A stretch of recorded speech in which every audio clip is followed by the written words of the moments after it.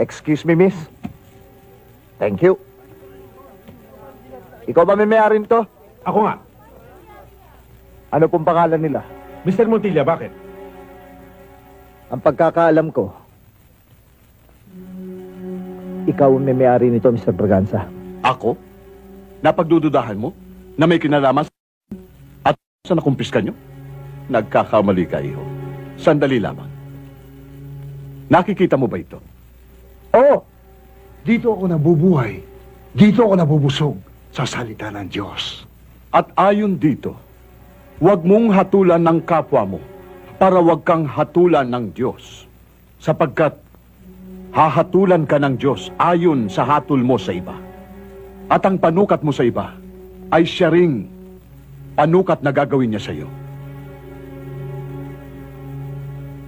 Mateo 7, versikulo 1 hanggang 2. Iho, isa na akong tagapagpalaganap ng salita ng Diyos, ng mabuting balita. Purihin ang Diyos. Alleluia! Alleluia! Hallelujah ka rin, Braganza! Tinawag mo ang sarili mong isang pastor. Oo, oo, Hindi dapat pagtakhan. oo. Dahil si Satanas man ay maaaring magkunwaring anghel ng kaliwanagan. 2 Corinto, Kapitulo 11, versikulo 14. Yan kung nabasa mo na. At alalahanin mo rin, Braganza, na sa oras ng paniningil ni Jesucristo, darating siyang katulad ng isang magnanakaw sa sandaling hindi mo inaasahan.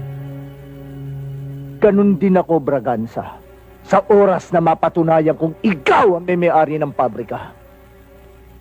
Kaya't wag mo nang idamay at bastusin ang Biblia. At baka hindi kita matansya, Pastor. Ano?